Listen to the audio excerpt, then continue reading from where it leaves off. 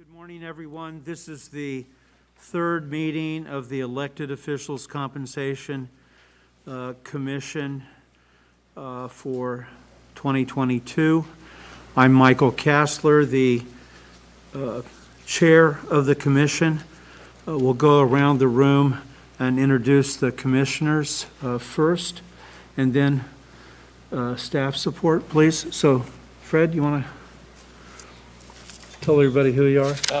Fred Rancier, Commissioner. Deanna Williams, Ohio Health. Sarah Ingalls, Commissioner. Darlene? Darlene Wild, City Auditor's Office.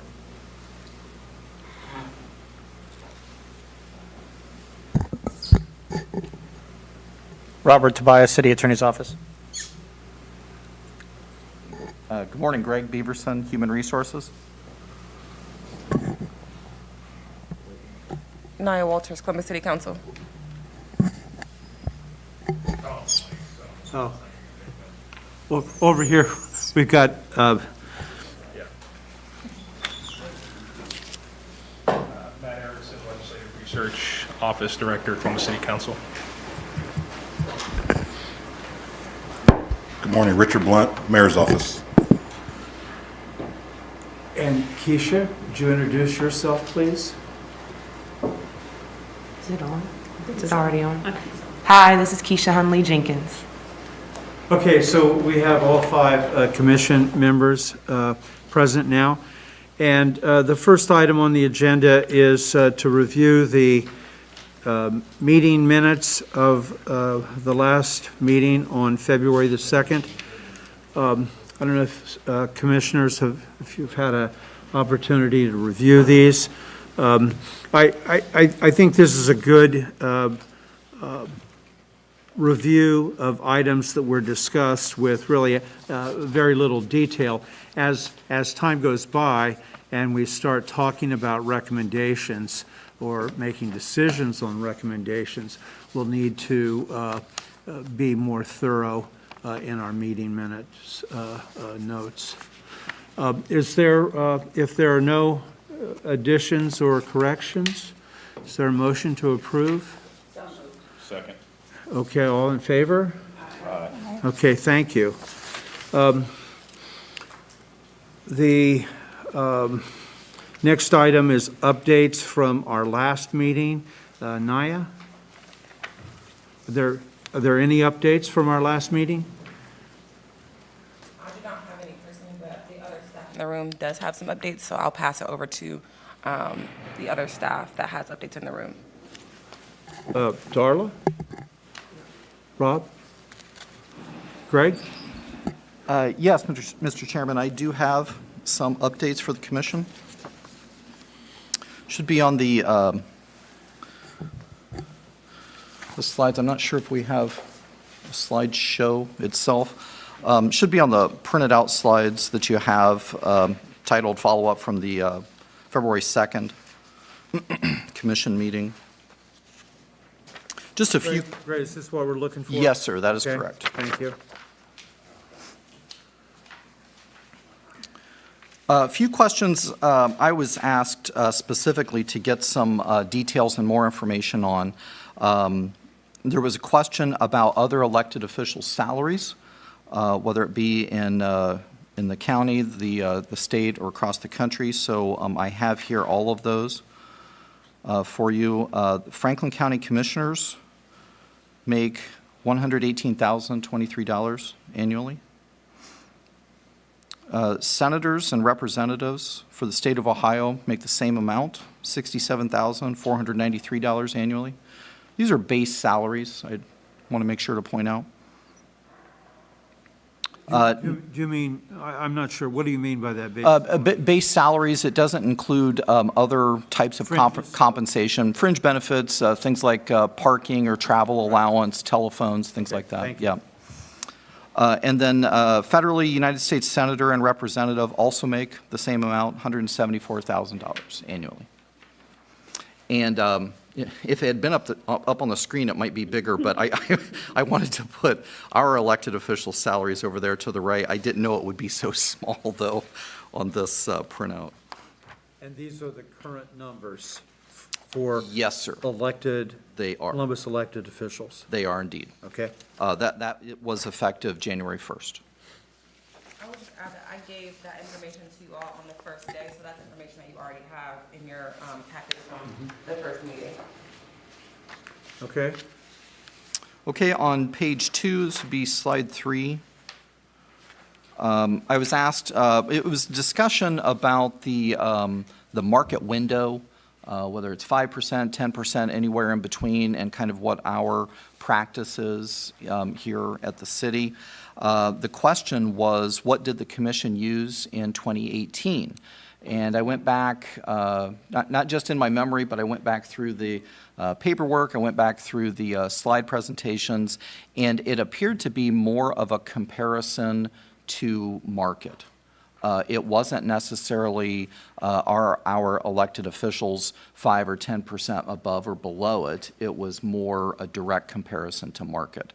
I can continue looking, certainly as I analyze more data that's coming in, if I happen upon that, but I have not found anywhere where we've specifically written down that we will use 5% or 10% or anywhere in between. So I know it's not a very good answer, but so far that's what I have.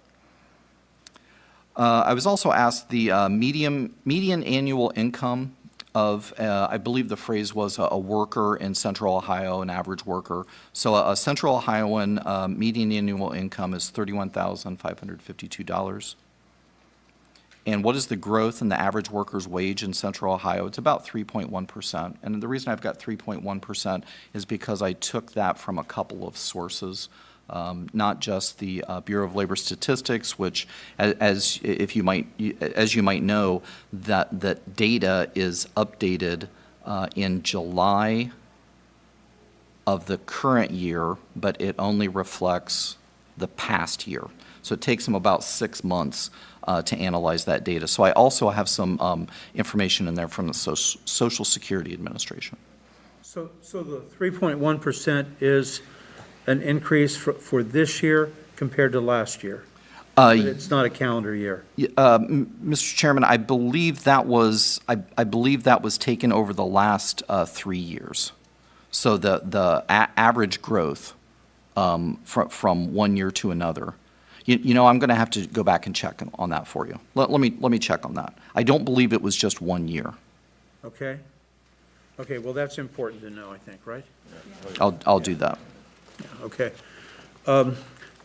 Questions or comments for Greg? Yeah, I have this burning, and Kiana, you may actually have the answer, but this burning question. We were talking about, consumer price index adjustments after we set the salary. Does it ever come down? Do we take salary back? We have not taken salaries back. There was 1 year, I want to say it was 2017, but I'm not sure. There was 1 year where the CPI was 0. But the Charter Commission mandated that, or the charter, pardon me, mandates that it's the previous 4 years. So it wasn't based on just that 1 year. Is an average as opposed to an outlier? Yes, Commissioner. Okay. That's correct. Okay. Yeah. Matt, do you have anything to add on that? Okay. Any other questions or comments? Is there something at the bottom? Yes, one more slide. This was another survey update for the commission. I'm sorry again there. I think I thought on a printout, those cities would have appeared larger.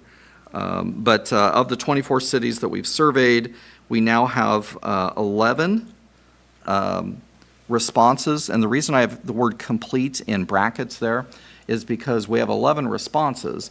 They are not all complete. I've gotten messages from maybe 3 of those cities where they've given a partial response, but they are waiting on their budgeting process to finish, or they're waiting on some other aspect, maybe somebody else to help them out with some of the information. But I'm confident we'll receive the complete response from those cities. So far, that's 46%. Over the past two commissions, this is actually low. So I'm a little disappointed that we're not getting the higher response rate that's expected. And we could look at several possible reasons for that. One of them is all cities are surveying each other right now, and there are a lot of survey requests out there. I think I might have mentioned in the very first meeting that we had that I have survey requests building up in my inbox that I just cannot get to yet. So I think it might be some of that, and everybody's busy. We're coming back from a pandemic. The positive note with this is that what the commission is doing, all other cities in the nation are interested in. They're all interested in this information. The trade-off for doing salary surveys and completing them and then doing them in the first place is that we are going to give them this data. So they're just as interested in this information as the commission is. So that is a positive thing, but what I have to do is get on the phone more, and which I have been doing, and just asking, hey, I've sent this survey out, any possibility we can get that finished up or completed. Or I also offer, if I can go out and find the data. Some cities have online information. If I can go out and find it, then that's great. Just let me know where it is, and I'd be happy to do it. So I am doing that. I'm also finding that, I'm sure everyone's heard the term the Great Resignation. I'm also finding that several of my colleagues and counterparts across the country aren't there anymore. And so the contacts that I've had before, both phone and email, it's going to no one, or it's going to someone who has no idea what I'm asking about. So I'm also working on establishing those new contacts. And just one other note here, for some reason, never had this issue before, I've had 2 requests to make a public information request to get this information, which is very strange. Again, we almost all know each other, and we do these things all the time. I don't know if it was because it's elected officials that we're asking about. I'm not sure, but I'm working on those public records requests also, which makes it go a little bit longer. And then one other thing, I'll have a first data presentation for you on the next meeting, as long as that doesn't conflict with anything that's already been scheduled. And that's all I have, Mr. Chairman. Question. Yes, sir. Do these other cities have citizen commissions similar to Columbus that are doing this work? Commissioner, most do not have a similar commission or a similar mandate by the voters to do this. I believe the last time, Matt, you might remember, I think we talked to the city of Phoenix over WebEx, but they were either working on it or they had already established one, and they were asking the commission questions, and the commission was asking them questions. But that's not something that I see or hear a lot of. And then it would fall on your peers to set the salaries? It would come from within the city administration? Well, there would be a variety of ways of setting elected official salaries. So it might be, in that case, there might be many other ways that, I'm sorry, I can't be more detailed in my response to you at this time.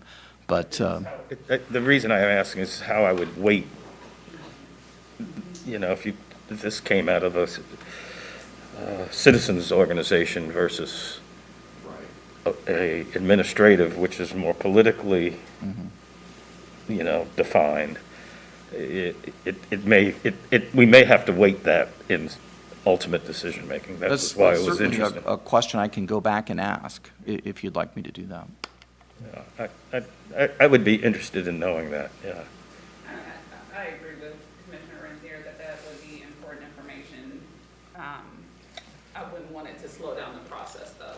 No, I don't think it's that important, but it's good information. I could use that information, let me say that. Okay. Yeah.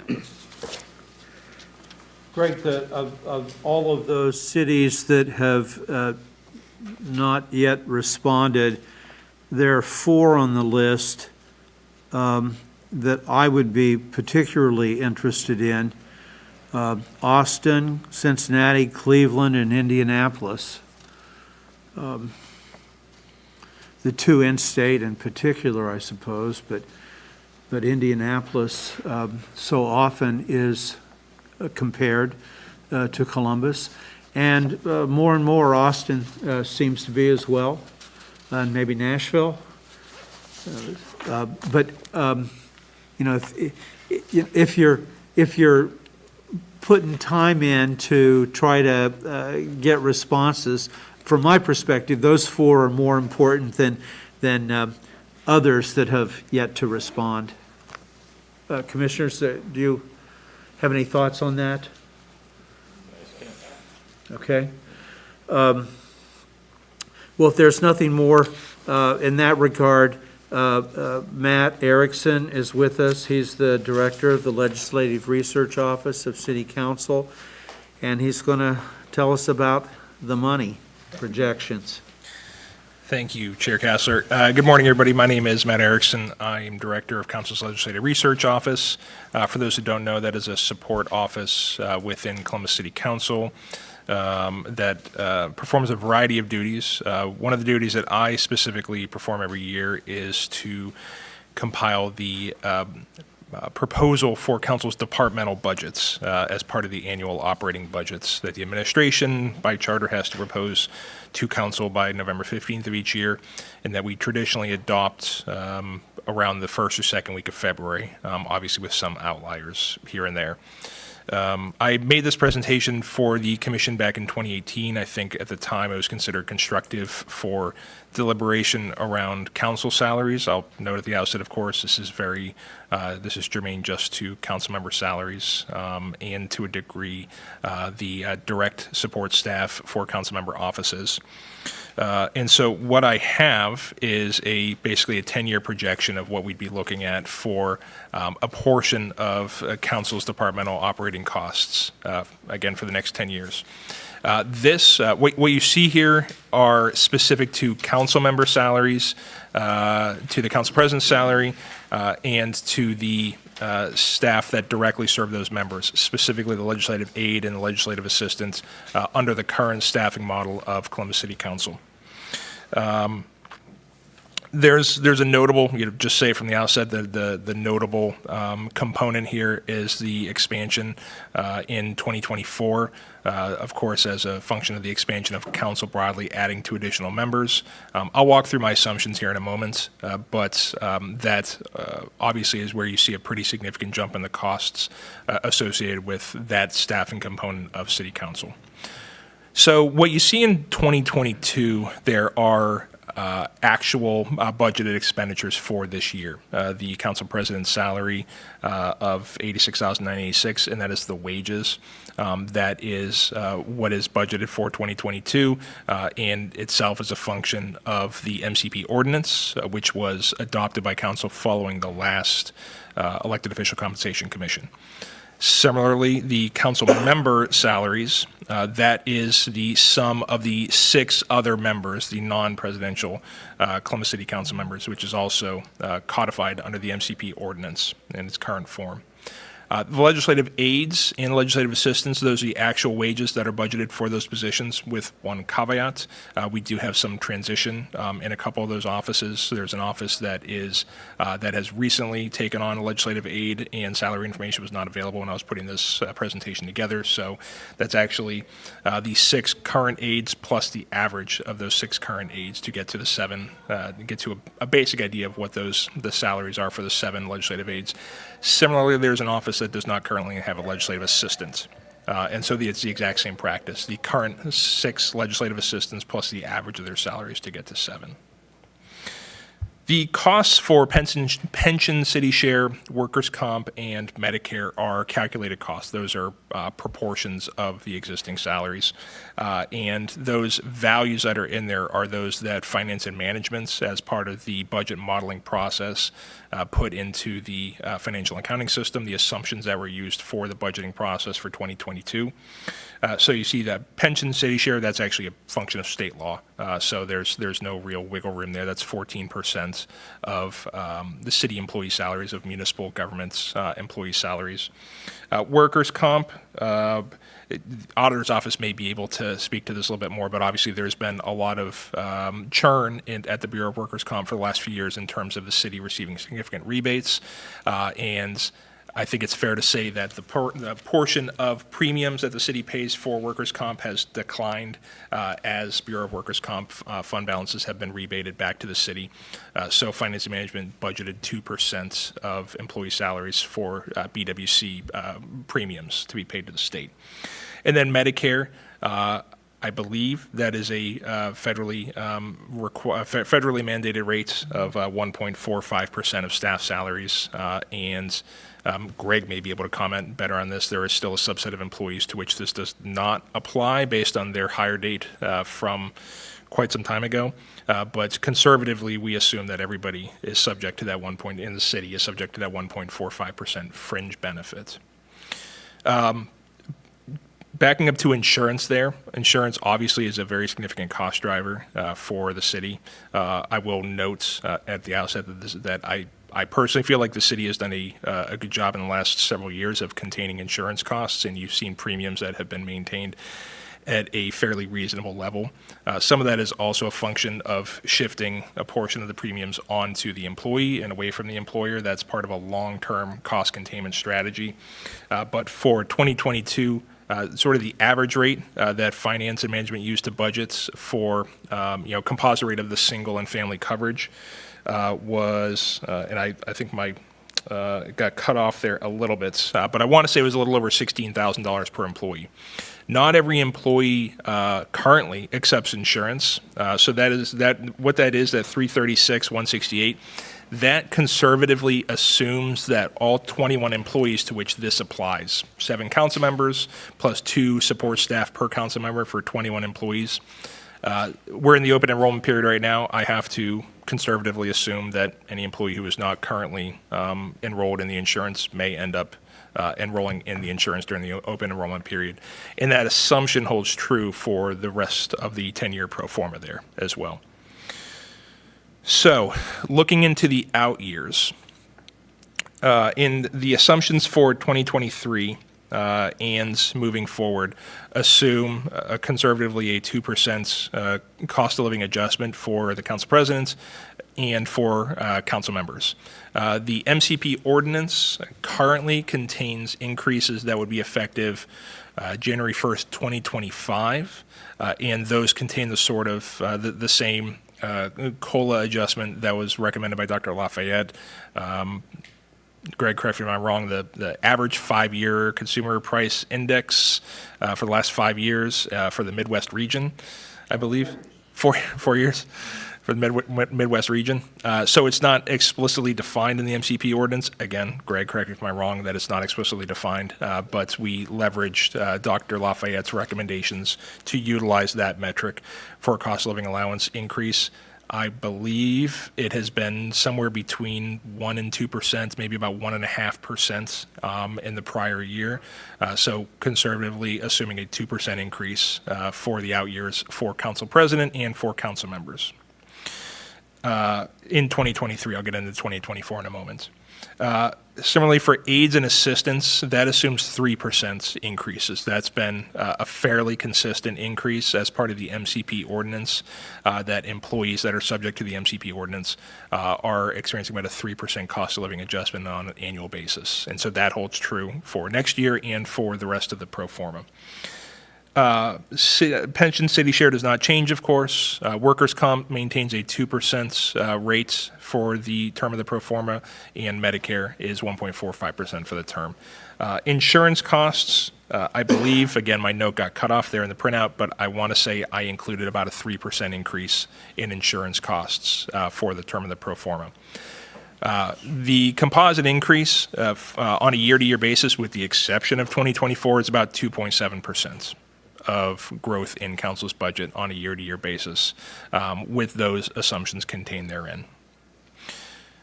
So then we look at 2024, and of course, that is when we will experience the onboarding of 2 additional council members, and assuming that the current staffing model holds true for those 2 council members, that those 2 additional council members will similarly be staffed with an aide and an assistant.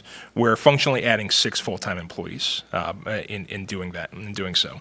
So the council president's salary obviously doesn't change. We're not adding another council president, but we are adding 2 council members. And so the calculation there takes the 2023 value for the council member salaries, increases it by 2%, and then divides it by those 6 members to get an average cost of those 6 and multiplies it by 8 in order to get a salary total for the 8 council members for 2024.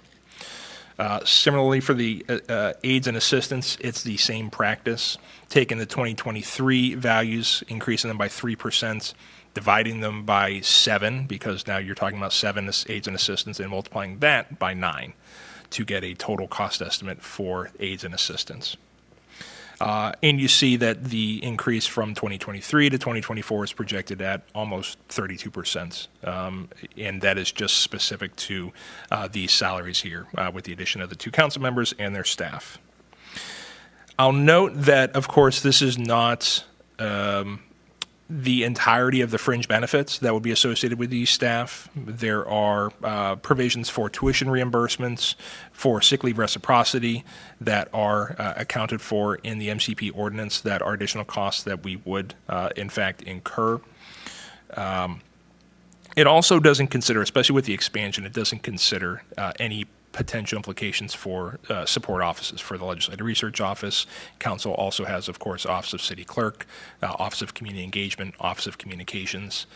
My experience on council so far and in the city would suggest that with the addition of 2 council members and staff, you would see a higher burden of demand associated with those support offices, and that we can probably realistically assume that council's support staff complement would increase as well following the expansion of council. In addition, of course, there are other expenses that council routinely bears, such as training and professional development, some of the other support contract costs like cell phones and other technology expenditures.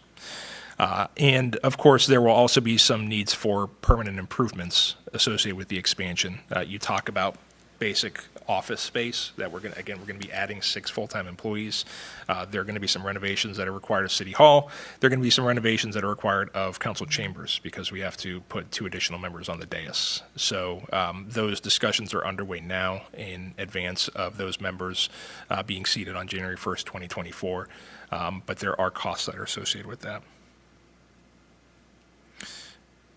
I think that is the extent of what I was intending to present here, and I'm happy to answer any additional questions or comments from commissioners or staff. You mentioned professional development. That's not part of the equation that we see here. Can you give us an idea of how much is expended in that category? So to give you a sense of how the budget process works, the city uses target-based budgeting as directed by Finance and Management. So typically what happens is the Finance and Management Department will evaluate, along with the Auditor's Office, the general fund revenues throughout the year, and they will compare it, of course, to current year general fund budget and establish to a degree a proration of those anticipated revenues. So this is a blunt way of describing it, but of course, if general fund revenues are increasing 3%, then a departmental budget would ostensibly go up 3%. That's not an accurate way of depicting it, but it's kind of a blunt way of describing it. And so the Department of Finance and Management will provide each department, for the purposes of budgeting, around June of each year, in advance of a budget proposal by the August of each year, a general fund target. This is how much money you have for next year's budget. And the first thing you do is you model personnel costs. You take a look at your current staff complement and the associated fringe benefits associated with that. As a budget person, those are kind of considered mandatory expenses that you're going to have to incur. Whereas something like professional training and development is something that's, in more difficult budgeting times, is something that would be subject to reduction or elimination. So that's why it's also a little bit challenging to say, here's how much the cost might be for the additional staff associated with professional development and training. I can tell you that the council president has been intentional about, during his term as council president, about trying to provide opportunities for professional development and training for staff, so that, to be honest, we can just be better at our jobs. And I think that's a practice, of course, we would like to maintain. We've seen some success with that. But again, with the addition of staff, I would assume that those costs and those demands for that would increase. So two questions for you. So one, I agree with your assessment of the downstream impact of adding the additional council members. Is there any way to get a projection of what you're anticipating with respect to that? So the additional staff to support folks, the additional benefits cost that's going to be attached to that, like all of that would also be helpful? Commissioner, that's something we can certainly try. I can only realistically present my perspective as Director of the Legislative Research Office, and I have an extraordinary staff that work for me, and I think that they are probably approaching capacity in terms of what we can realistically expect to accomplish over the course of any 1 year. And so I would suggest that with the addition of two council members and their staff, I would probably be seeking at least one additional full-time employee myself. Right. And then from an HR standpoint, right, like there's just like the reverberating impact of that. So I think that would be helpful. The only other question I had is with respect to 2024. So when you talked about the council members' estimate that you made, you said that you took the average, and I was trying to understand why we did the average for that when don't they all make the same amount of money? Council members? Yes. Yes, it's just a Excel trick, I suppose. Okay. Yeah. Okay. So, I mean, because we don't need to take that average, right? Like, we know what they all make, and so we could just. We know what they make right now. We don't know what they're going to make next year. So this is I guess I'm still trying to understand the formula then. So can you say more about why you chose to do it this way? Sure. So if you are adding two additional council members from the 7 that we have to project a cost associated with those council members, and let's just ignore the council president for the moment. And so we're going from 6 council members to 8 council members. To add that cost, I have to have an average cost for the year for those council members in 2024. And so I take the 2023 cost of those council members, which again is also a projection based on this year's estimate. It takes this year's cost, increases it by 2% in 2023. I increase that cost again because council member salaries increase on January 1st of each year. Unlike most other, I think just about every other employee in the city, apart from elected officials, their cost is effective on 1/1. So increase the 2023 amount by 2%. Again, that's just a conservative projection. And then divide that by 6, and that's the average cost of a council member in 2024. Multiply it by 8 to get to the cost of the 8 council members. Yeah, I got you now. Thank you. When I say an Excel formula out loud, it doesn't play well on TV. Exactly. Yeah. Thank you. Other questions or comments for Matt? Now, you talk about adjustable ranges, the aides and the assistants. Could you talk about that a little? That they don't all get paid the same, correct? They don't. The salaries for aides and assistants, again, once they're on board, they're subject to merit increases, like many other MCP employees covered by the MCP ordinance. They're also subject to the same across-the-board cost of living adjustment that is traditionally enacted around March or April of each year. Onboarding an employee so let's say a brand new council member in 2024, the selection of their aid and assistants under the traditional model has always been delegated entirely to them to select who it is that they want to staff their office. And then discussions around salary are typically a discussion between the Office of Human Resources in City Council and the Office of the Council President. Council President's office, by virtue of being the Council President, tends to, of course, have the most interest in the departmental budget, departmental operating budget. Those roles are still classifications that are assigned a range or grade range on the MCP ordinance. It's a very broad range, so there is a lot of latitude that council members have. That is, of course, still subject to discussions with HR, people like me who have a sense of sort of the overall fiscal picture of city council, and the council president's office. Go ahead. Has there been a projection of what the percentage of the budget we anticipate a 9-member council will represent? So I would know, we know what the percentage is today. Is that going to increase by X percent? Commissioner, we surpassed $1 billion general fund budget for the first time this year. I struggle to do the math immediately, but I can tell you that council as an organization, as a department, is a vanishingly small portion of that general fund budget. And an increase, as I said, the increase here in 2024 represents a 32% increase. The auditor's office may have a better sense about what 2024 expenditures might look like, even though the auditor's office will also say, we tell you how much money you have to spend, we don't tell you how to spend it.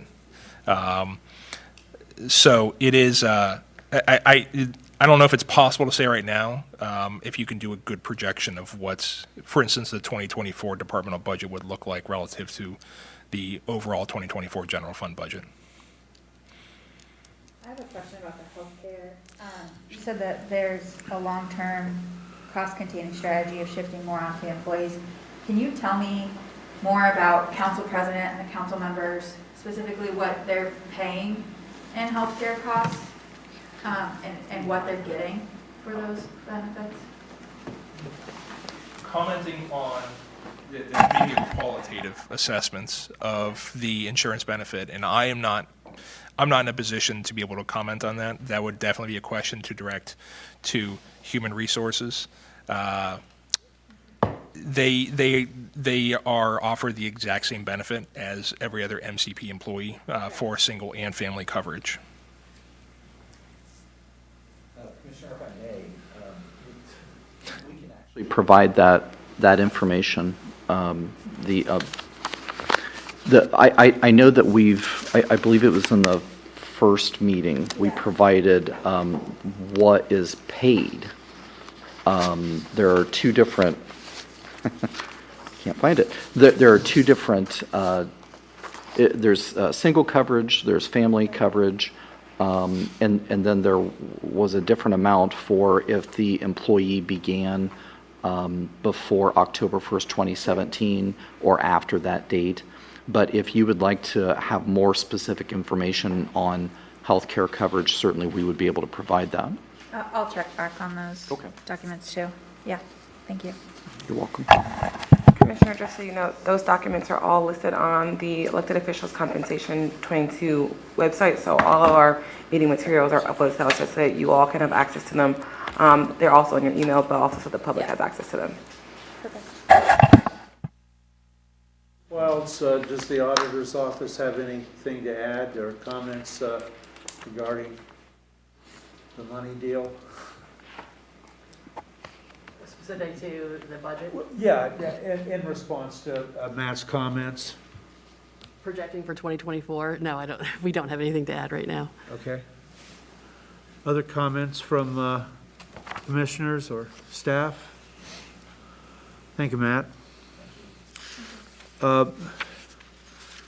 Now, our next steps. Nadia, you want to talk about that a bit for us?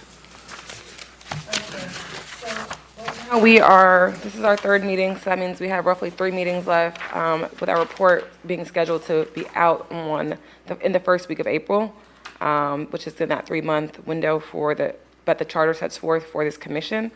So I guess really next steps are for you guys to continue talking and having discussion about what you think based upon the information you're getting. The auditor's office will present next meeting, which is on, what's today, March 2nd. So the auditor office will be presenting then, and then hopefully HR will have a more updated analysis of the data that he's receiving. But up until that point, it's really just up to you all to start having further discussion on different topics as it relates to this.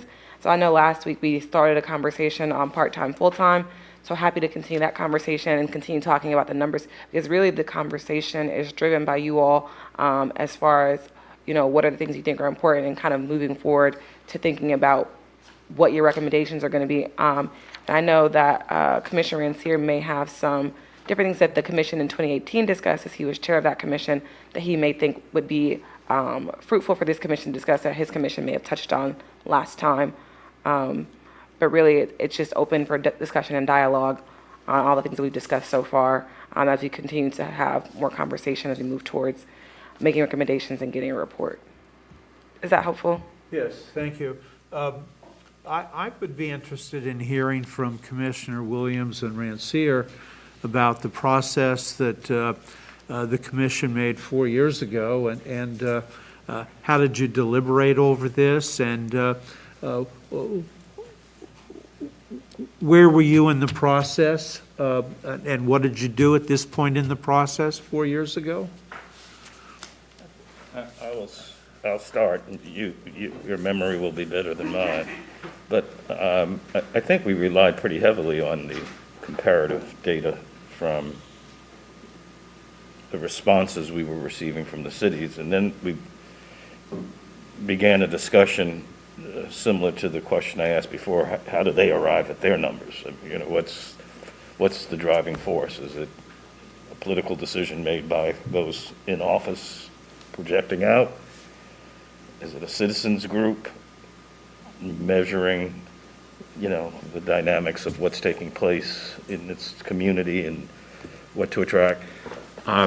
Correct me if I'm wrong, the city council president is a full-time position, correct?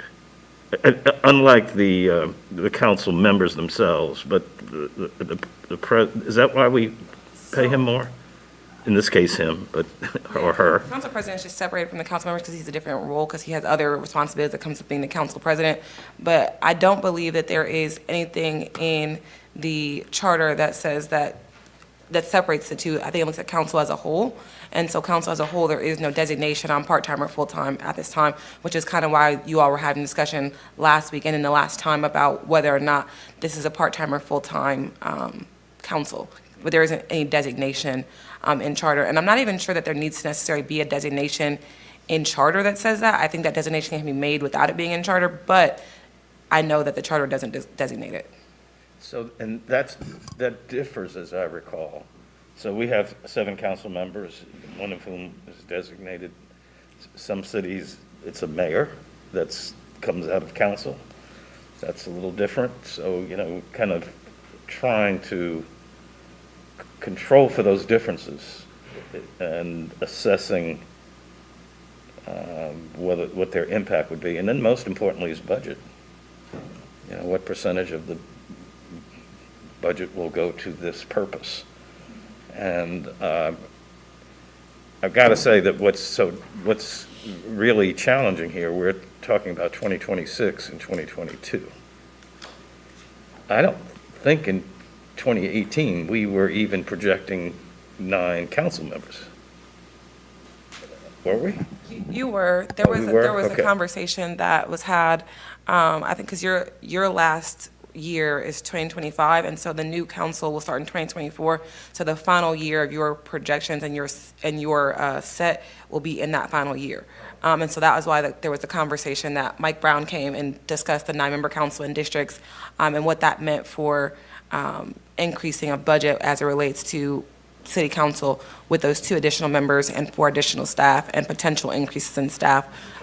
Charter amendment hadn't, It passed in 2018, May of 2018. Okay. So I believe you all started meeting in July of that year, so it would have just passed, but it hadn't, the actual effect of it truly is not until 2024, 1/1/2024, but we did the districting commission process, which began in 2020, and really 2021 is when those commissioners were seated, and that process was completed in December of 2021. okay, thank you. You're welcome. But it certainly is it's a higher level issue today than it was then. I don't think it really moved very much our decision-making.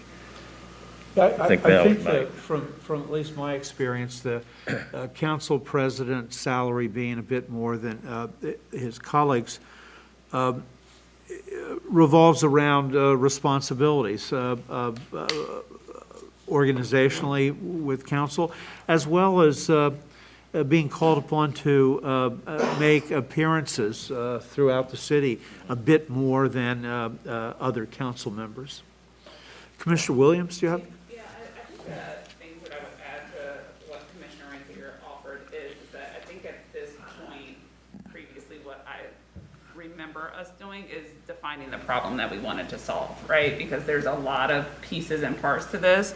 And so I think that that is an opportunity for us. Do we want to solve the part-time, full-time issue? Do we want to just focus in on the compensation? Like, what do we want to solve?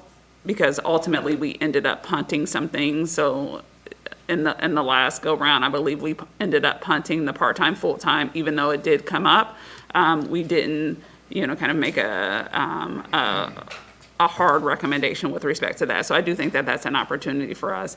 The other thing I would suggest too is, can we go ahead and see the preliminary data for the 11 surveys that we have in? Even though we don't have a full complement of surveys yet, so that we do have some data to begin to start rationalizing. I'd be happy to provide that information. The reason you don't have anything today is because of those partial Right. responses, as well as I would never want to, obviously intentionally, but even unintentionally mislead the commission by providing data and then having you start coming to conclusions and then having the data be almost completely different when all of it's analyzed. But certainly I can share with the commission, and I'd be happy to do that, the information that I have thus far. Yeah, I'm just thinking, from the standpoint of 3 meetings to go, right? There is, a sense of urgency in my mind for us to at least start wrestling with some of the data.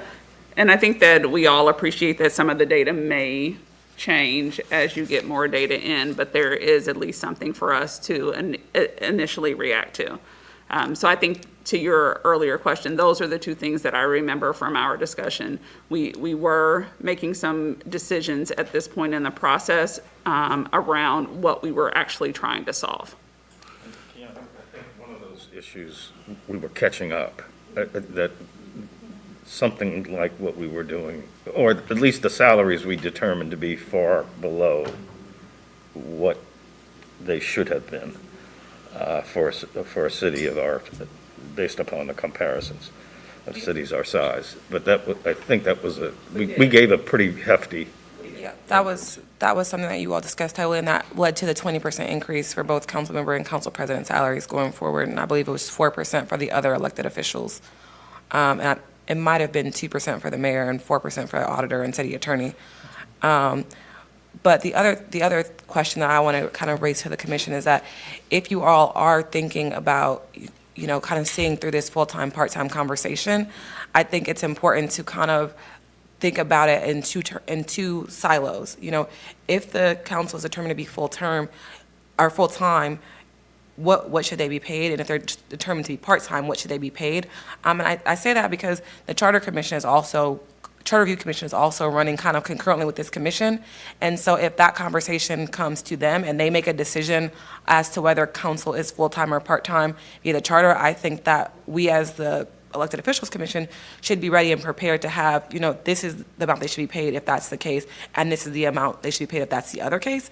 And so that kind of requires you all to do almost two concurrent thoughts about pay. And so I just wanted to bring that conversation to the forefront because that is something that we might have to consider, knowing that it's a possibility that they could decide to consider that with a litany of other issues that the Charter Review Commission may consider, so. And when is their conclusion? Oh, they're way after us. Okay, So good. they will be done, I believe, like end of July, before the legislative break that we have in August. And they may be done sooner than that. I'm not sure of exact dates, but I know that it's like a June, July time. I think We they're. have plenty of time to get our recommendations. Well, yes, we have plenty of time to get our recommendations in, but what I'm saying is that if they do decide to do something, I think just to be proactive, to have something prepared for either situation might be helpful. I think that makes a lot of sense. Yes, so it that we don't does. have to reconvene. Robert?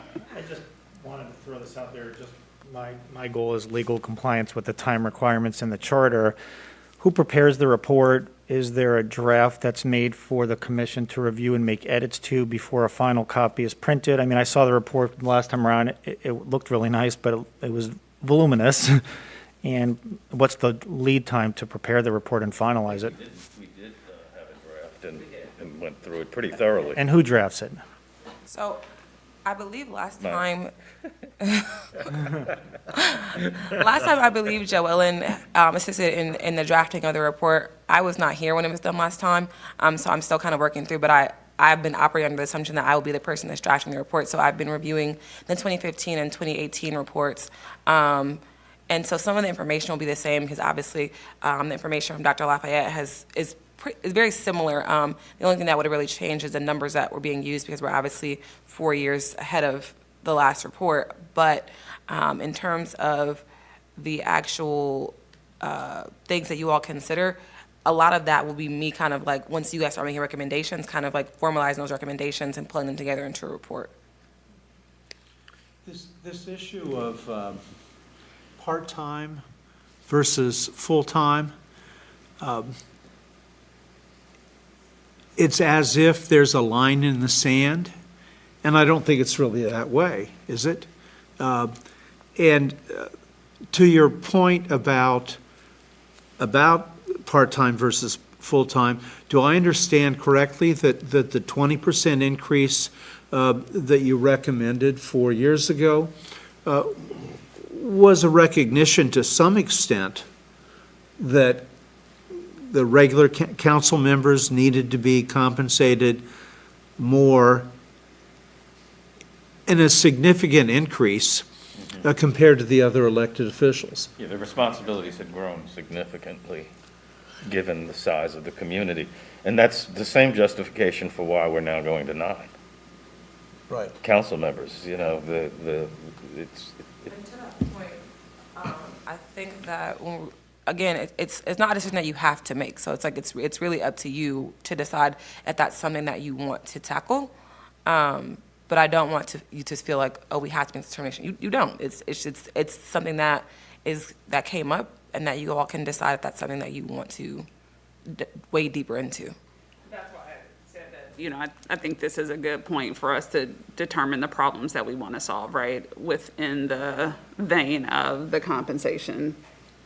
And Chief Brown talked about this last week, about getting, working on getting a more firm understanding of what responsibilities are for the council members. So I will follow up with him to see if he's been able to get any other information, or if he wants me to start reaching out to council members to get more information about what they feel like their responsibilities are, because that may help you all. And I know that we talked about this a little bit last week in terms of determining whether they could be full-time or part-time, depending on what are your duties or what do you feel your duties are. So I don't think we really have an outline list that it's boom, boom, boom. Because being in council, there's a lot of responsibilities that, pop up as things go on and progress and the demands of the community. So, but I will follow up on that question. I remember that was something that we talked about last week. And I see this issue coming at us in 2 different ways. One is constituent, to your point. The other is the business of the city. So the department heads, do they have adequate access to the council committees in order to advance issues? Again, my memory of serving, a lot of this was done, I was pretty much told, here's the legislation for today, and here's what you're supporting, kind of deal. So I didn't have great input into, or understanding even, because a lot of these policies they're growing, they're being built on, bike paths, for instance. This is something that's continuously being, growing and being built upon. New roads, new highways, community development, economic development. So I think in part, is it adequate? Do they need more of a council member's presence? On the constituent side, that's pretty constant. That's, those calls come in every day. But I think most important to this commission, it might be, are the functions of government being adequately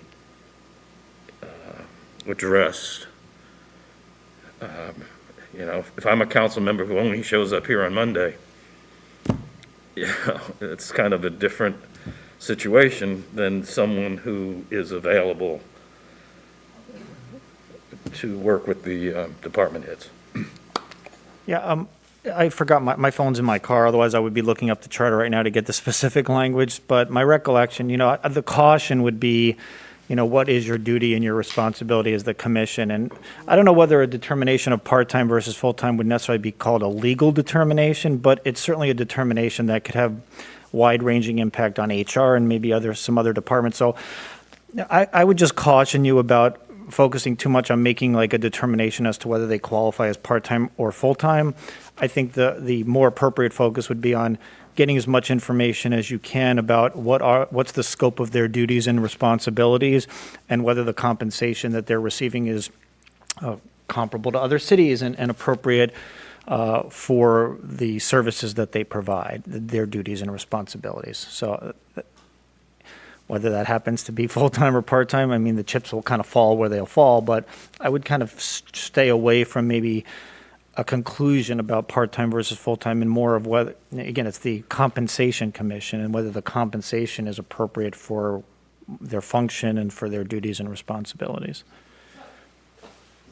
Most compensation decisions, however, are made taking into consideration whether or not somebody is full-time or part-time. I don't pay somebody at, my office the same if they work a part-time schedule versus a full-time schedule. So it does feel like that is a germane, it's germane to whatever we would determine. So if Commissioner Huntley Jenkins, for instance, wanted to make a $50,000 increase to the commissioners, right, in my mind, at that point in time, we've made a determination that we don't expect that they will be working outside of their council member role. So they are, in essence, functioning as full-time people.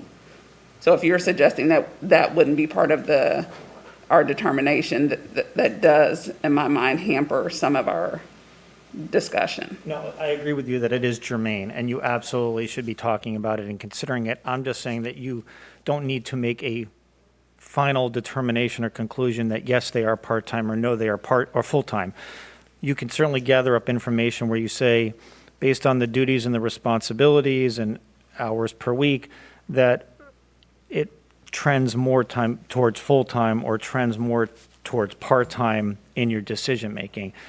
And again, my remembering back to previous meetings is that there's no prohibition or restriction for council members to get other employment. And so is that correct? That's correct. There is no. So, I mean, and that's also another piece of the conversation, is that even if it's determined that council is part-time or full-time, there is no prohibition on them having additional employment. And so, to some degree, it matters whether they're part-time or full-time, but to some degree it doesn't because there isn't a prohibition on them still. They could be part-time or full-time and still maintain another position that is part-time or full-time because there's no prohibition on such. There, Well, You that, have to but consider, I mean, the potential for conflicts reduces the number of council members. I mean, if I have a conflict on an issue, I don't have 9 council members. You did indicate at a previous meeting that, you weren't really focusing on whether someone secured outside employment or not, because if they want to work 80 or 90 hours a week and make more money to support their family, that's their decision to do that. I think the focus should be on what their current or future duties and responsibilities are, and whether that trends more times towards full-time or part-time should probably guide your decision-making. In terms of the ethics, again, each city employee is bound by the rules of ethics and needs to make decisions that are consistent with that in terms of recusal or declaring some sort of a conflict, the appearance of impropriety. So that's on each individual employee to acknowledge that. I do think that's fair. Just to follow up on that, so you're right about what my perspective is, but another commissioner might have a perspective that this should be a professional role, right? And so, and I'm not going to say who that might be. And so at that point in time, their perspective is distinctly different from mine about the 80 hours, right? Oh, no, absolutely. But at the end of the day, I mean, it's good for discussion here and for decision-making, but at the end of the day, you can't influence what a council member's going to do, right? Well, I guess I don't know. I think that's part of my earlier question about what problem are we trying to solve. Is that not within our purview to make that determination here? So if if a commissioner wanted to steer all of us to the path of these are now professional positions and they are no longer able to have a second employment, is that part of our purview? I don't think so. Okay. Yeah, and again, I will review the charter, but I think that is outside the scope of your responsibilities. Have to alter the charter, so we would have to get the Charter Review Commission to alter the charter to say that. That's what Naya was saying earlier, is that the Charter Review Commission is talking about possible amendments to the charter, and based on what happens here, if you decide that their duties and responsibilities trend more towards a full-time position and then communicate that to the Charter Review Commission, they may decide to seek to modify the charter to declare that city council positions are full-time positions. I don't think, I think we should have this discussion. I mean, I strongly feel that. I don't know that we have to advance a recommendation, but certainly what we are discussing, I think, is important. And there's two views of this. In the private industry, ethics kind of comes right to the top of mind. And if we, as council members, if we want to view them as the board of directors of $1 billion budget, I think the ethical considerations kind of rise up. And, first $1 billion budget. City's still growing. 2026, it'll be $1.2 billion. I mean, and you start playing with these numbers, and I have a job, and I'm not gonna make a decision about something specific to my job, but I will make a decision specific to the industry over which this is controlling. I see all kind of ethical flags flying up. Now, whether that makes this a professional versus a full-time, part-time, when you said professional, that kind of rang to my ear. That's what we're really talking about. Because we don't have 9 council members once we start adding up conflicts. And certain things we can't, if you don't have the right numbers, percentages, certain legislation doesn't get passed. Because of, you have to have so many members there who do not have conflicts.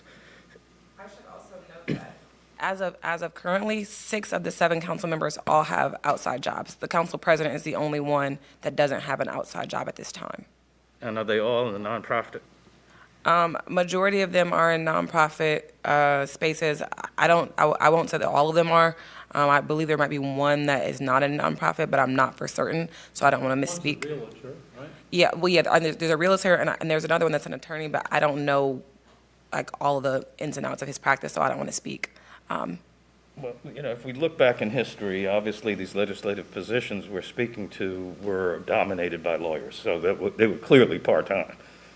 But the ethical issues is why we don't see lawyers, in the same percentages because of these issues.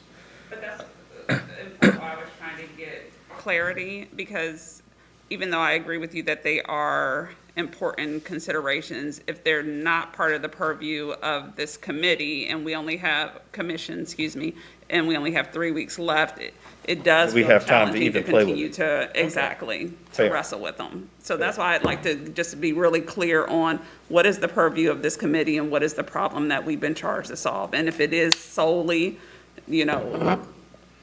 base salary for elected officials, then it does feel like we have a tighten up the conversation. My understanding of what we are able to do, and I could be wrong, is that this commission can set the salary, and we can say, we hope that that is a full-time position, or a part-time position, or whatever we decide, and we set the wage rate. That does not mean that they're prohibited then from outside employment, because that would need to come through some other written rule or written law, right? And so that goes to the Charter Commission, and they can either implement that or not implement that. And then, whatever happens, happens. So regardless of whether we decide as a commission that it's a part-time position or a full-time position, it still needs to be codified somewhere. And we don't have the power to do that as this commission, but we can certainly suggest things to the appropriate powers that be that would have that power, right? And then I also think it's important to think about, and I'm like healthcare lady today, but the healthcare, Greg, this is kind of a question and kind of a statement. I think because council, and I'm talking specifically about council members, because they receive healthcare, typically in my world, you have to work a certain number of hours in order to qualify for healthcare. So if they're working part-time hours, and usually what I hear is like 35 hours or more, right? Then they qualify and they can get the healthcare. Does that indicate that council members are currently working at least 35 or more hours a week? Or how does that determination happen with the healthcare? Yes, Commissioner, I'm afraid I can't answer the question of how many hours per week council members work. But traditionally, healthcare equivalent to a full-time employee has been provided to council members. And beyond that, I'm afraid I can't be any more detailed in my response to you. Okay, so there's no strong analysis on, because at least, yeah. Not that I'm aware of. Because many part-time employees do not receive health care, and so our council members are receiving health care. I mean, if there's no analysis, that's a thing, but Part-time employees at our organization do receive health care. that's good. Yeah. And even if council members are part-time, I mean, they can still get a call at 9 o'clock at night from a constituent. I mean, you can make an argument that they're on the clock all the time, or they need to be available to be on the clock, I would say. It was media in the middle of the night making the call. Yeah. Yeah, It's still something- related to the work. Right, it's related to the work. Yeah. And but I want to go back to this professionalism. So maybe we do get away from part-time, full-time, but we are setting these salaries because we have, on the basis, our basis that the work that is being performed are at a professional level,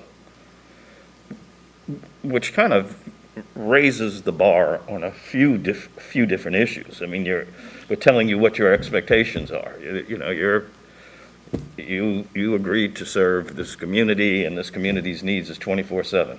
We don't know where the problems are going to pop up, when they're going to pop up, or what the issues might pop up that require your engagement. The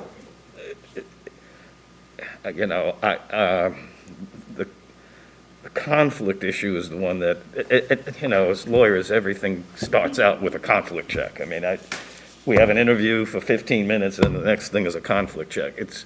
I think this is pretty high, in my opinion, of a responsibility of a council member to be on top of ethical considerations. If you're out there voting and you're creating a conflict by your vote, You need to be, or you need to certainly be aware when you're getting close, that you need to be stepping back here, because it could be an embarrassment, not just on the piece of legislation, it could be an embarrassment to the entire city.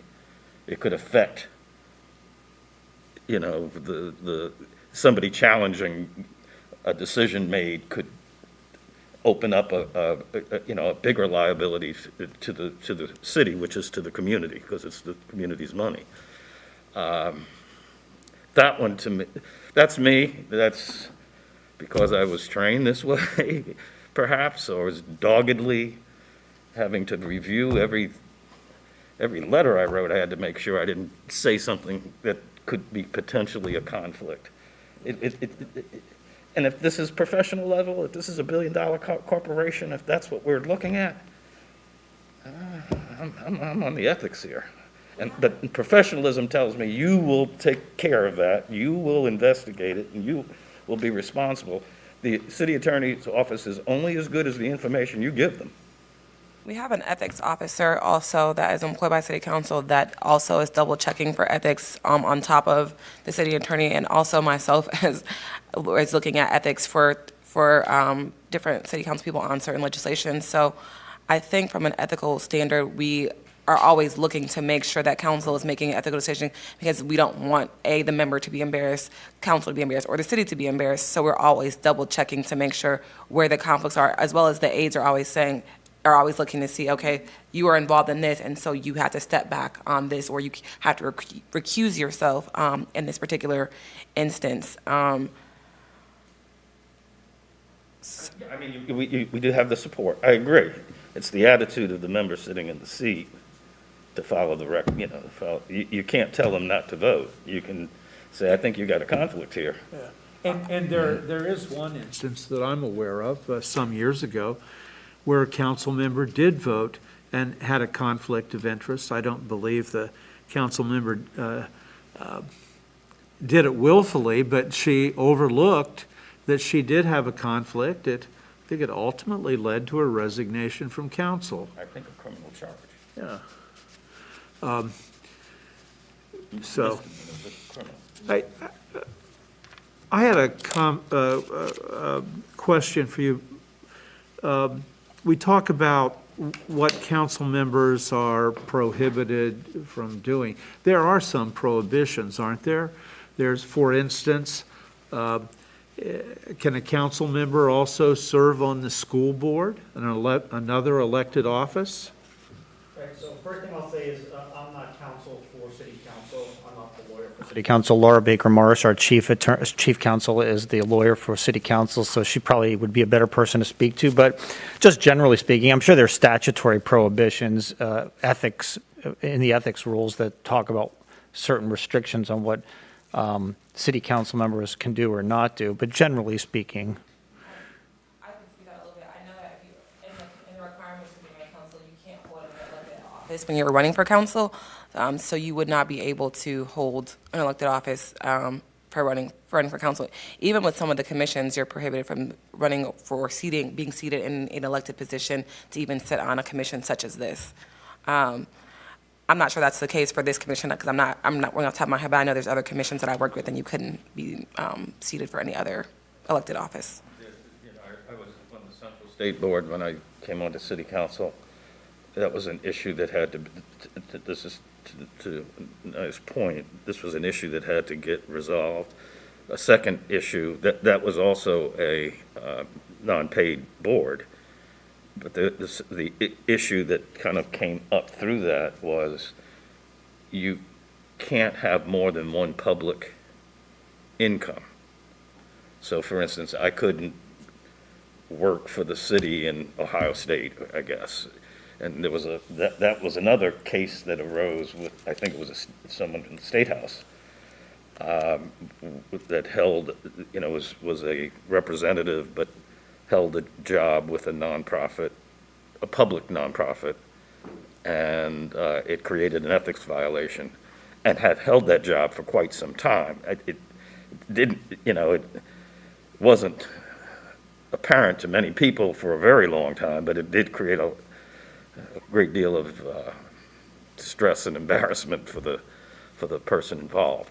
So there's another kind of line here. To your point, yes, there are going to be some state-level ethical considerations as well as any that the city itself imposes upon its elected officials. I was able to look up on my other phone what the qualifications of council members are.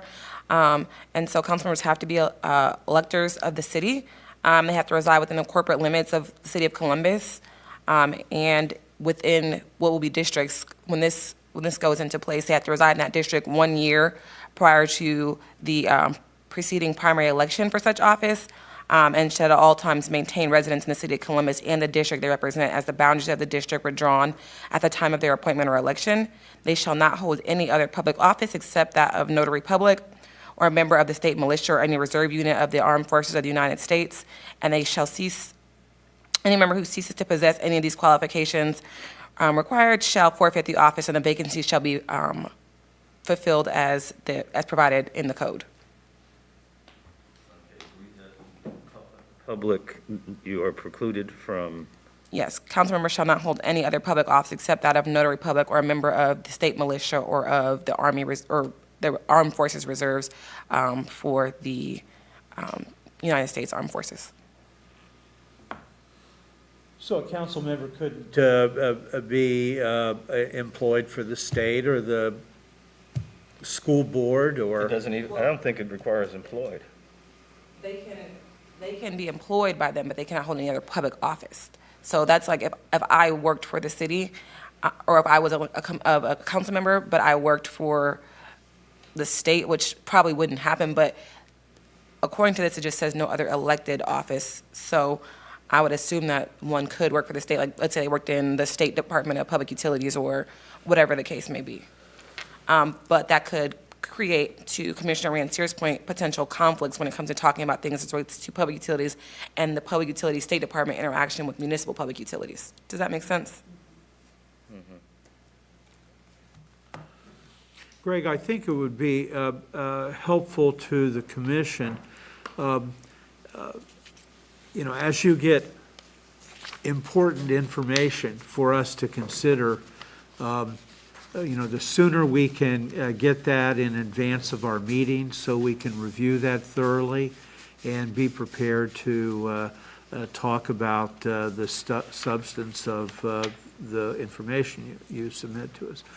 Now, having said that, does the commission have anything more to business to conduct today?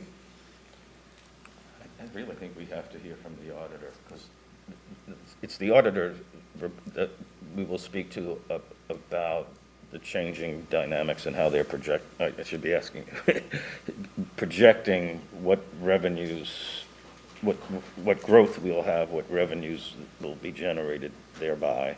Right. As I said that, I'm also thinking of the consequences of home office issues in Exactly. terms of tax. The auditor projects the revenues for the upcoming year, not necessarily, years out. Doesn't have a 5-year projection or No. 10-year, okay. Well, you're not required by charter. Correct. The charter requires the auditor to come up with the general fund estimate every year. But you do projections, right? Not to the level of detail that I think that you're imagining, so. Okay. And we're in a really difficult spot right now with the remote work, and knowing the impact on the income tax at this point. With that in mind, a $1 billion budget was created. So there had to be some assumptions. Sure, certainly, yes, Yeah, absolutely, okay. yep. We can look at those assumptions when we do our review of the revenue estimate. And we'll be receiving a full presentation from you at our next meeting, Yeah. correct? Okay, Yeah. Auditor Kilgore should be here too. okay, great. Other questions or comments from commissioners or staff? I just wanted to follow up with you all, as far as the next meeting on March 2nd, is everyone good for 10 a.m. still? Is that still going to work for everyone? I just want to make sure, in case I need to make any adjustments. You had a conflict for this one. Are you okay with 10? Second meeting in March. 16th, She has a comment for March 16th. Okay. And so what I would suggest, since you're going to be out for that meeting, is reviewing the actual tapes. I do the meeting minutes, but I think what is most useful for you all is to see the tapes. So if you have the time to sit down and just listen to it in the background, that is what I would suggest would be the most useful.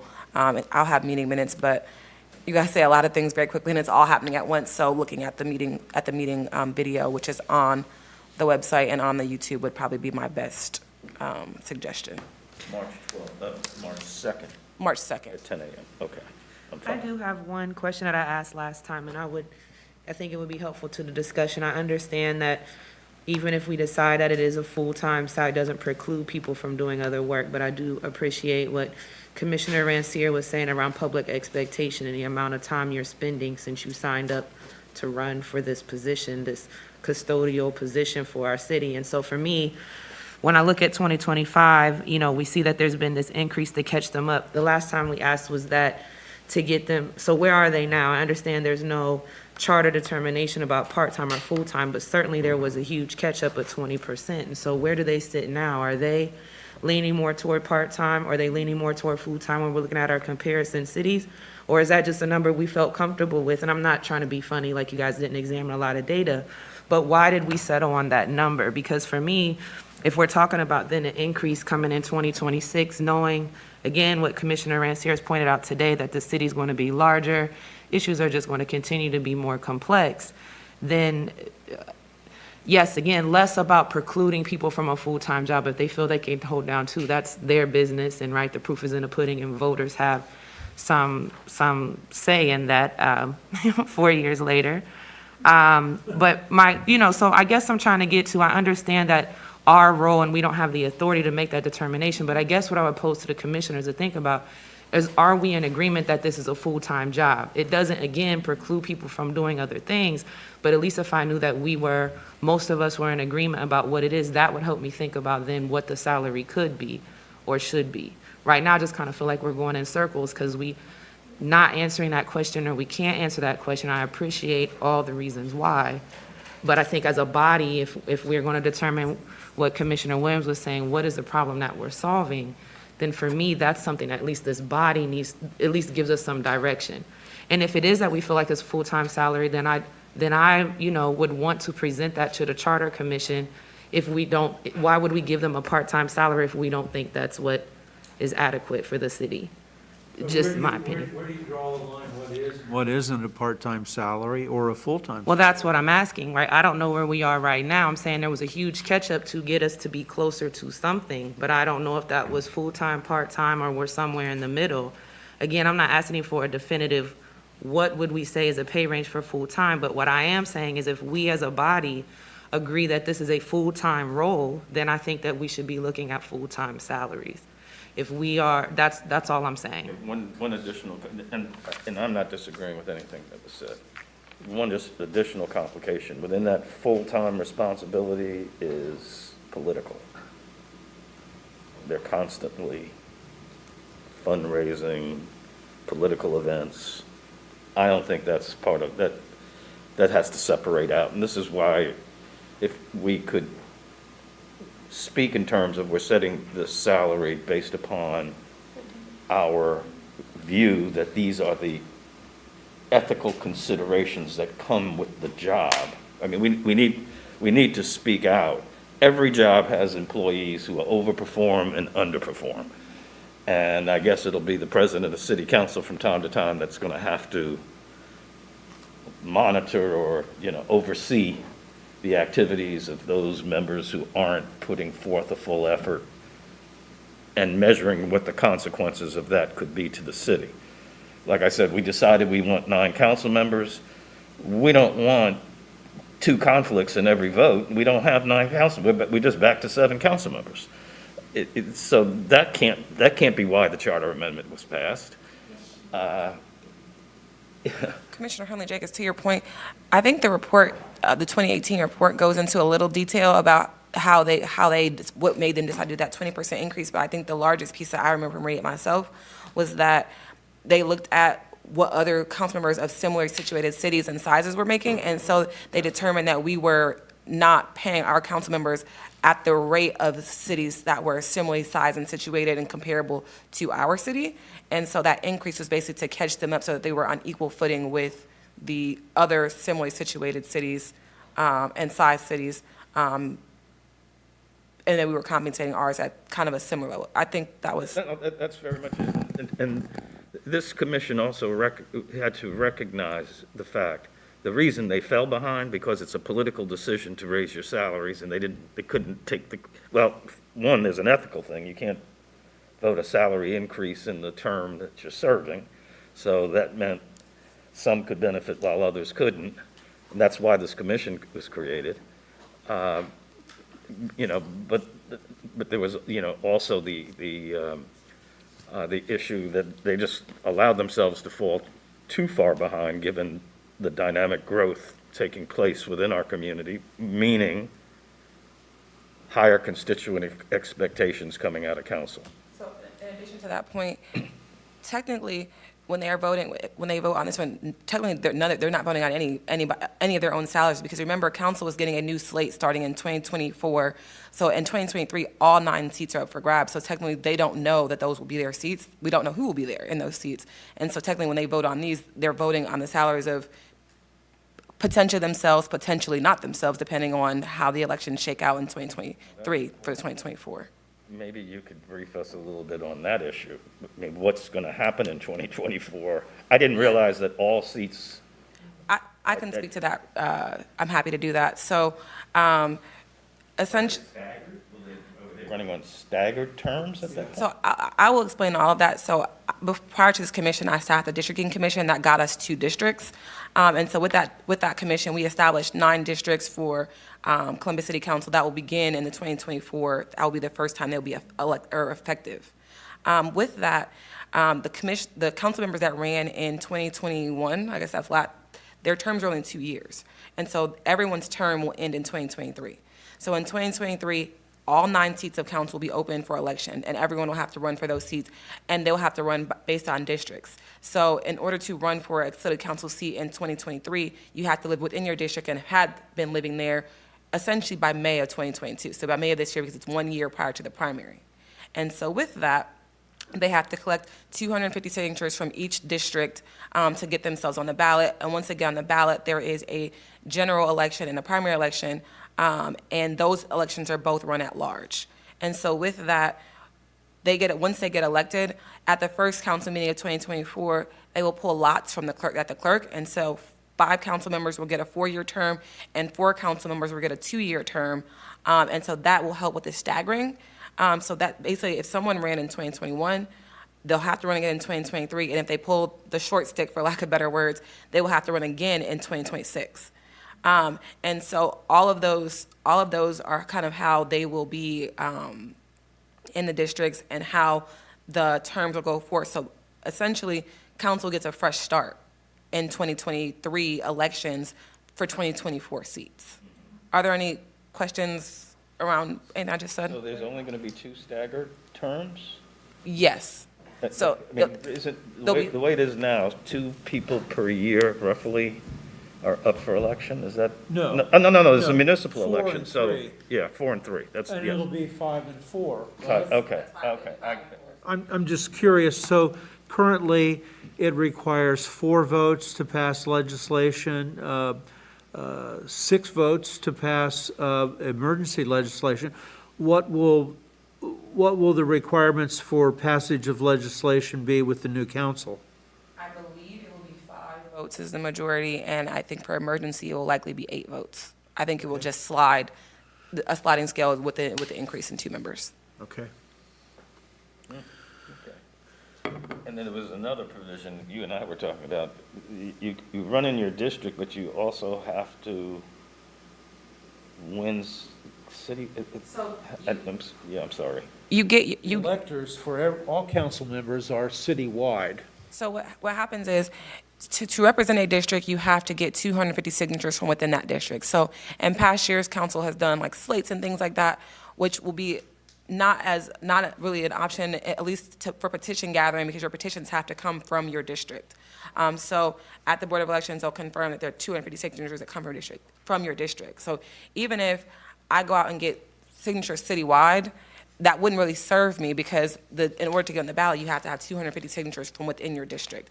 Each district is roughly 100,000 people, with 9 districts, with our city population sitting at 905,748 people. And so the largest, the districts are, the largest district is not more than 1% bigger than the smallest district, so all the districts are within a 1,006 person radius of each district. So with that, they have to get 250 signatures from their district, and that gets them to the ballot. And then the primary election, it's a at-large election, meaning that everyone in the city votes for the person in that district. And then at the general election, the top 2 obviously go to the general election, if there are 2. There could be 1. And I think also keeping in mind that a primary election is only run when there's two or more people. If there are 2 or less, then those people just automatically go up to the general election. But if there are more than 2 people, so if there's 3 people, then there is a primary election that is required under the charter. But if there isn't, so if I am the only one that runs for a district, I will automatically go to the general election and people will just vote for me. But the entire city has to vote for me, even though the entire city is not in my district. That's the part that got my mind twisted. Okay, so are there any questions, or are you following now, or? It's Maybe. not a real board system. It's a hybrid system. Yeah. It's a hybrid system. I think the idea behind it was to have some sort of representation within your neighborhood. So when you live in a neighborhood, you know where the streetlights are, you know where the potholes are, you know the different areas very well. And so the idea was to have someone in the district that knows what's going on in their backyard, versus if I live across the city, like I'm a downtown resident. If you ask me what's going on in the eastern area, I'd be like, I don't know, But when someone lives in your district, they have a better, and I think as council members, it's their job to know the entirety of the city, and still, council is still responsible to the entire electorate. So if someone on the eastern side wants to talk to someone from the downtown side, they can still have that conversation. They're still responsible. And I think just by virtue of the way that our committee structures are set up, there will still be a lot of cross-pollination of members and districts, because it's like if this commissioner or if this council member is the environment chair, but the person that lives in my district is the safety chair, I'm going to talk to the person that's the environment chair if I have an environment issue. I would be less likely to talk to the safety chair, because they may not know all the things that are going on in the environment sphere. So when I go to to vote in my primary, Yes. I am voting only for the person running for my No. district. No, you're voting for all districts. You vote for your district. No, in the primary as well. You vote for your district and you vote for all the districts. You don't. The only part of only being in your district is gathering signatures. The rest of it, everyone votes. So if I live in District 1, I'll know who's in my District 1, and then I will also vote for District 2, 3, 4, 5, 6, 7, 8, and 9. And so it still pays virtue to know what's going on or who's running those other districts, because those are people that I still will vote on. So it's a hybrid system in the fact that there are now districts, but the voting is still done at large. Okay. I'll learn after my, I'm happy to spend more time talking, because I know this actually very well, because I spent a lot of time on it myself. it'll take a lot more time. I am happy to answer questions offline. Can I just thank you for that? Just to go back really quick to what I was talking about, and the reason why is because, again, if we have a huge increase to catch people up that goes into effect in 2025, then if this body determines, well, we don't care if it's full-time, part-time, but I do think, again, in thinking of the compensation range itself, if we view it more as part-time, there's going to be less of an increase for 2026, versus if we view it as full-time, it would be a larger increase. That's my only point. That's the only reason I'm asking it, because otherwise I don't know what we're talking about. Yeah, 100% correct. that, I agree completely. That really is a key point. Excuse me, Commissioners, I just wanted to remind the commission that we do have that question on the survey. Is your elected official, because it's not just limited to council members, is your elected official considered full-time or part-time? The offer is there. It's always been there. I can analyze that data in whatever way you need me to analyze that. I mean, I'm So happy we just can do however that. they answer it. I'm happy with that. We don't have to go deeper than How that. does Columbus answer it when we get that question? Public record. I wish I had my mask back on to hide my reaction. It's never an easy answer because of the reasons that Naya has explained before, is that it doesn't seem to be written down anywhere. They receive full-time, health benefits, and are pensioned, and so. If it's, and it has to come, that has to come up from within the city administration. Are you getting enough your time from council members in allocating this budget? And over how many square miles? And, given all the other factors that tie in. That's pretty important. And the other side of this is, given the fact that the Charter Review Commission is also operating alongside of us, this does become the time for this kind of input. I don't know that we can make a decision, but what complicates what Keisha's saying, what's going to complicate our decision-making is, am I going to pay somebody $90,000 for part-time? Right? I mean, it's better guidance based upon good data would help in this regard without having to make the decision. Let the Charter Commission decide. We will get the duties, is that what you said? Yeah, so I'm gonna work with Chief of Staff Brown to make sure that we have the duties of what. And I think even when we're thinking about duties, it could be different for every council member, And so I think just keeping that in mind, but to your earlier point about there having to be some sort of written rule, I think the written rule part would be the prohibition on outside employment, but I don't know that there has to be some sort of rule per se that says part-time or full-time. I'm not certain on that piece. Robert may have some insight on that, or Laura may have some insight on that. But to your point, that is why I suggested, having parallels of like what we think is part-time, what we think is full-time when you're thinking about salary, just to have the recommendations. Ultimately, council has to approve your recommendations. They can't approve above what you set. But at least if you say, if council is leading towards being more full-time, these are the salaries that we would suggest. If council is leading more towards part-time, these are the salaries that we would suggest. Because ultimately, these are just recommendations to council that council can't go above. And so if the Charter Review Commission does make an assessment, and I'm not sure that they will, I'm not even sure this is an issue they will touch, but if they do, that the work of this commission is prepared for whatever decision is made. Yeah, I think that would be interesting, because if you propose, here's what we think is a part-time, and here's what we think is a full-time, council do your approval, and they approve the full-time rates, that's basically council saying that they think it's a full-time position, no? Well, Yeah. Okay, Right. so, Moving forward before I did. yeah.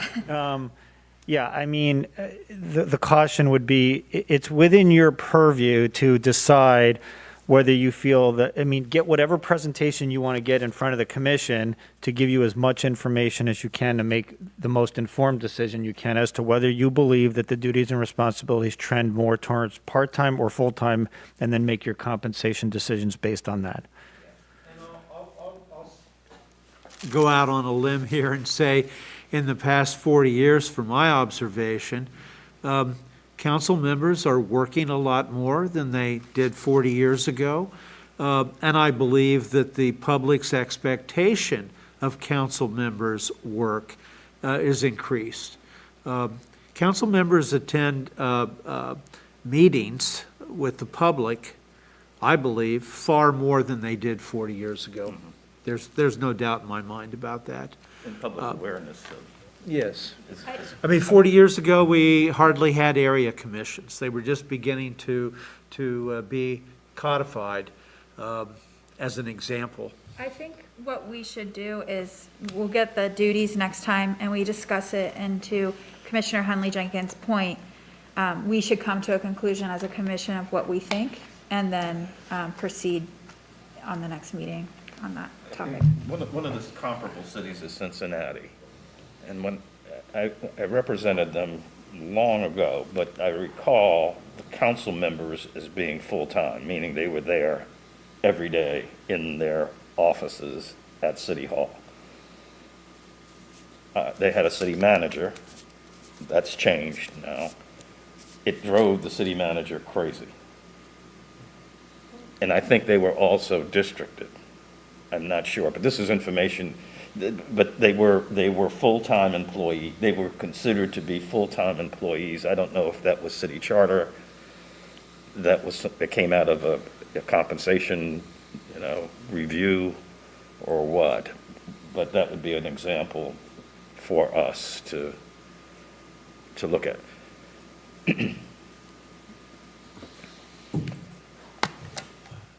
Is there anything else to come before the commission today? If not, is there a motion to adjourn? Second? All in favor? Thank you all.